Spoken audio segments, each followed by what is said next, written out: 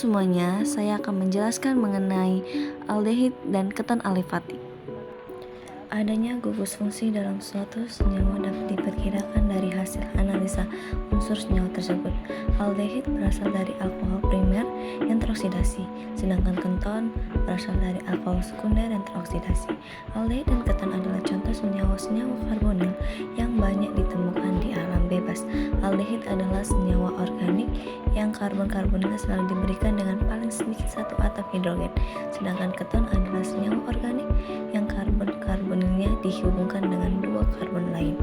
Aldehid salah satu kelompok senyawa karbon yang memiliki karbonil atau gugus karbonil yang tersebut terletak di ujung rantai karbon induk yang diakhiri dengan atom hidrogen. Gugus fungsi aldehid adalah R=CHO, sedangkan rumus umum aldehid adalah CnH2nO.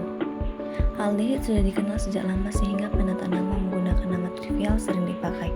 Menurut sistem IPH, nama aldehid diturunkan dari nama alkana dengan menggantikan akhiran A menjadi O.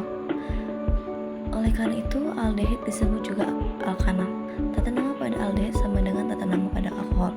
Rantai terpanjang harus menggunakan gugus aldehid.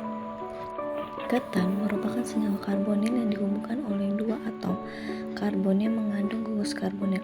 Pengikat yang berupa dua karbon inilah yang membedakan antara keton dengan senyawa lain seperti aldehid ester, amida, dan asam karboksilat. Keton sudah dikenal sejak lama sehingga penata nama menggunakan nama trivial sering dipakai. Namun untuk tata nama NPH pada keton hanya menggantikan akhiran A pada alkana dengan on untuk keton dengan jumlah rantai karbon yang sama. Sebagai contoh, jika dalam alkana ada propana, maka dalam keton ada propanon yang masing-masing mempunyai jumlah rantai karbon yang sama, yaitu 3. Kegunaan dalam kehidupan sehari-hari pada aldehid dan keton. Aldehid suatu senyawa yang mengandung sebuah gugus karbonil yang terikat pada sebuah atau dua buah atom hidrogen. Contohnya, aldehid yang digunakan dalam kehidupan sehari-hari antara lain formaldehida yang digunakan sebagai bahan pengawet dan asetaldehyda yang digunakan sebagai bahan baku industri.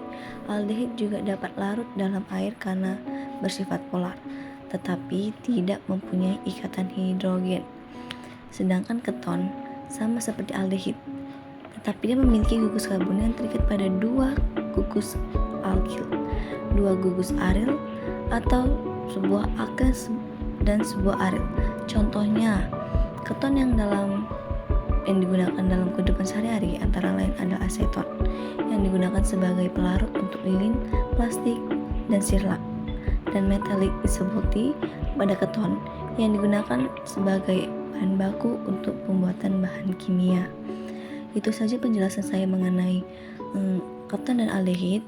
Sekian dari saya, terima kasih. Wassalamualaikum warahmatullahi wabarakatuh.